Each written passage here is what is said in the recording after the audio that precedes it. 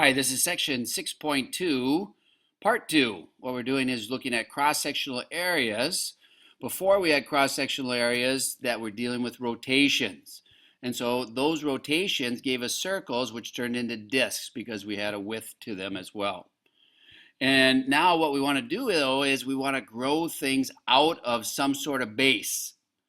And what I mean by that is that we're going to grow some rectangles, some squares, triangles, and maybe rectangles, and maybe some semicircles too, and find out what the volume will be formed once we put all those things together. So let me show you a picture first. So what happens is that if we have a base, and this would be one curve, and this would be another curve, what we can do with that is that we can take our cuts, which would be our normal Riemann sums that are perpendicular to the x-axis, and what we're going to do is we're going to grow a square out of that and then do it at another place and then keep on doing that until this whole region is filled such that this length right here would be the base of a square.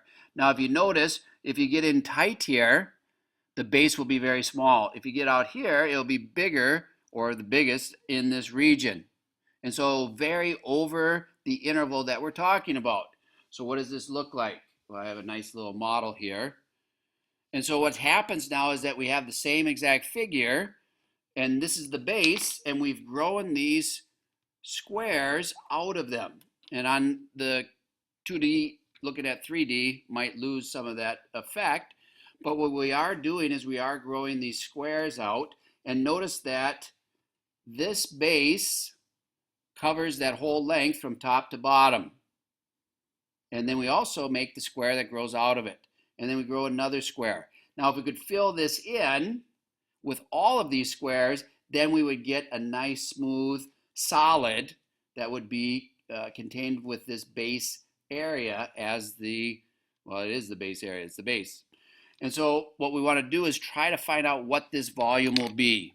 So before we go any further though, I want to see what happens when we look at a square. Now how do you find the area of the square? Well, this would be an S. Now I could call it R and relate these together because they all have different factors that end up happening. But this would be an S and this would be S squared. So this would be the area of this square. If I do R with a right isosceles triangle where R is the hypotenuse. So this would be my S here now. The length of the side relative to the square. What area does that give us relative to the square? Well, I hope you can see that that would be 1/4. So this piece right here would be an isosceles right triangle with the hypotenuse as the base. That area there is 1/4 of the square. Similarly, if I have R as the leg, that would give us an area that would just be 1/2 of the square. So those all are related to each other.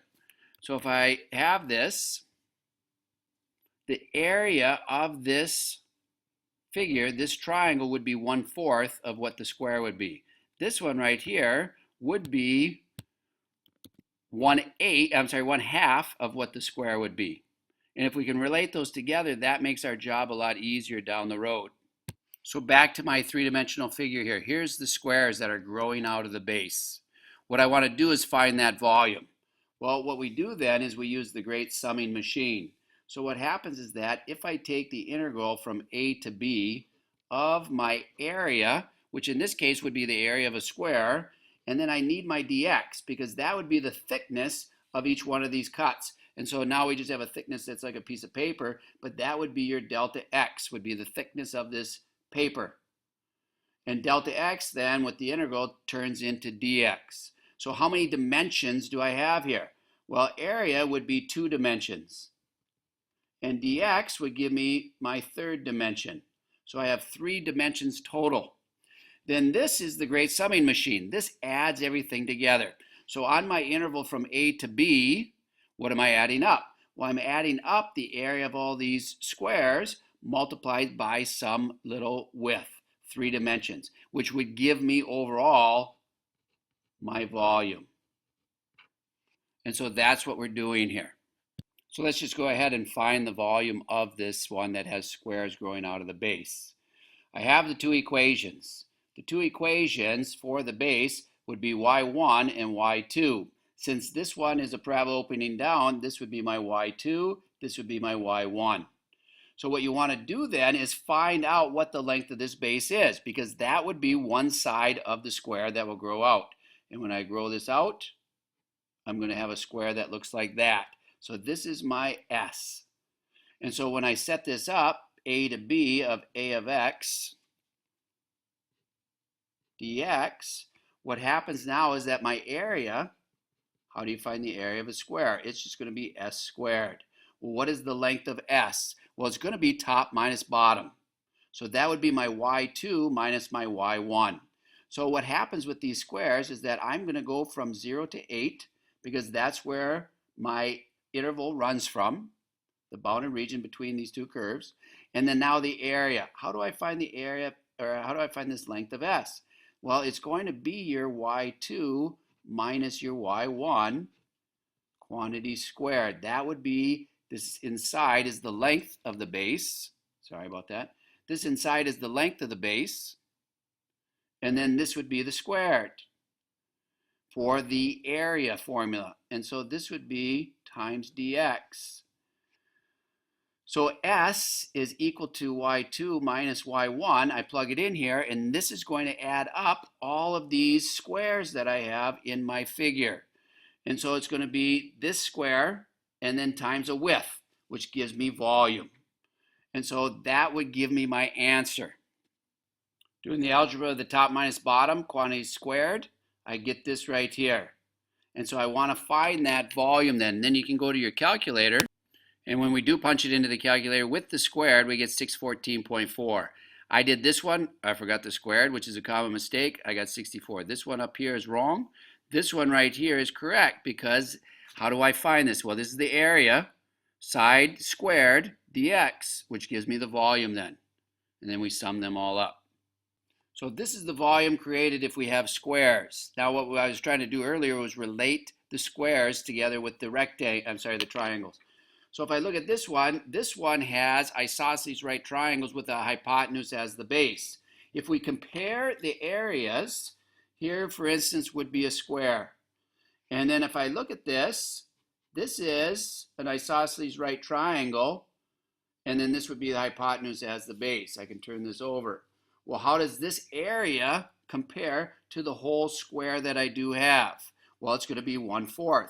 So how does that change my integral when I'm adding up all of these triangles and putting them together? Well, what happens then is that this volume, if I have an isosceles right triangle with the hypotenuse as the base, this is going to be 0 to 8. Well, how does that change my formula? Well, all that's going to happen is that this thing is going to have a factor of 1/4. And you can put it inside the integral or outside. Compared to the square, it's just going to be 1/4 as much for the area of each piece, which means that the volume overall will be 1/4. So all this is 1/4 the volume that we have for the square. So what does that mean for us when we talk about an isosceles right triangle with the leg as a base? This is hard to see, but that's what we have here. And so this relationship means that I'm going to have, this is the leg as the base. So the area would be 1/2 as much of what the square would be. So if I do that, the volume of an isosceles right triangle with the leg as the base is just going to be, and I prefer to put this outside, is going to be 1/2, 0 to 8,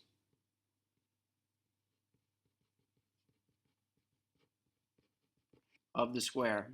So this would just be 1/2 the volume formed by squares. And when I say of the square, I mean the cross-sectional area is a square, which gives me volume. Okay? So that's what I'm talking about. Now, one that was not on the previous sheet is, what if the cross-sections formed were semicircles? Uh-oh, that's going to be a little bit different. However, it still will have a multiplier onto the squares that will make this thing work. So let's see how this does turn out. So if we have semicircle cross sections, how does that relate to our original square? Well, it's going to be a little bit different. So for instance, if I have area of a semicircle, that would be any semicircle in geometry form, it'd just be 1/2 pi r squared because it's 1/2 of a circle. And what we want to do though is find out what r is relative to this square.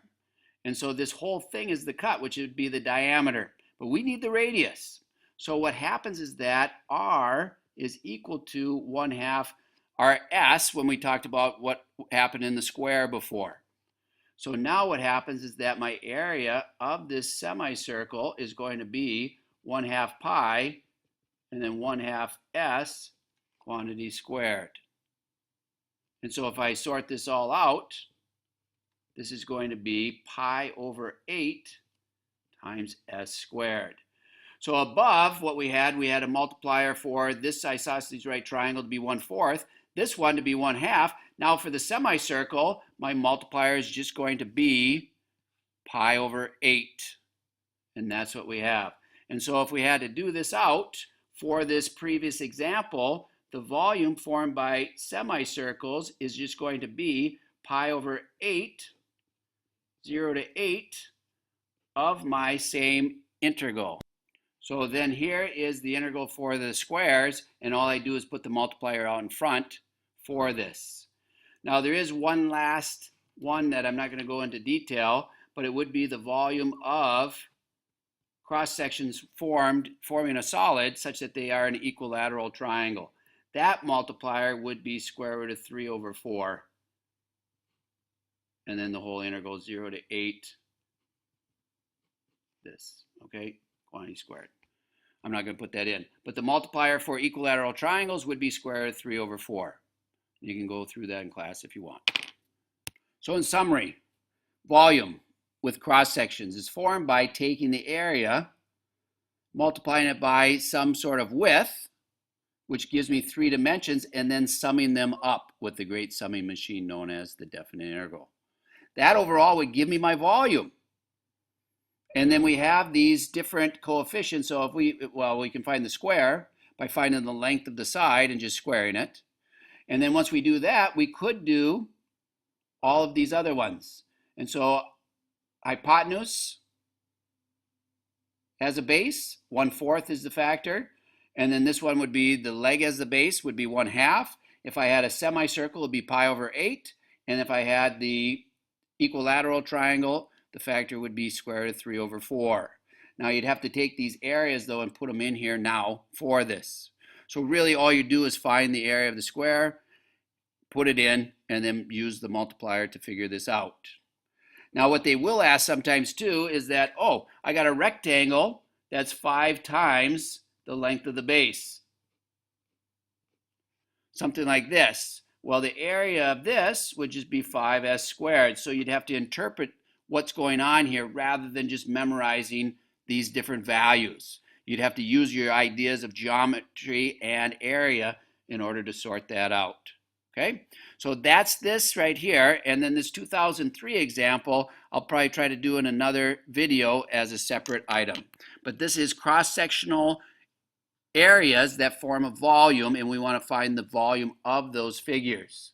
And I hope that these models helped you. We put them together. You can look on my website if you want to find this sheet in order to be able to cut it out and put it together as this. It works out really slick for a visual for students.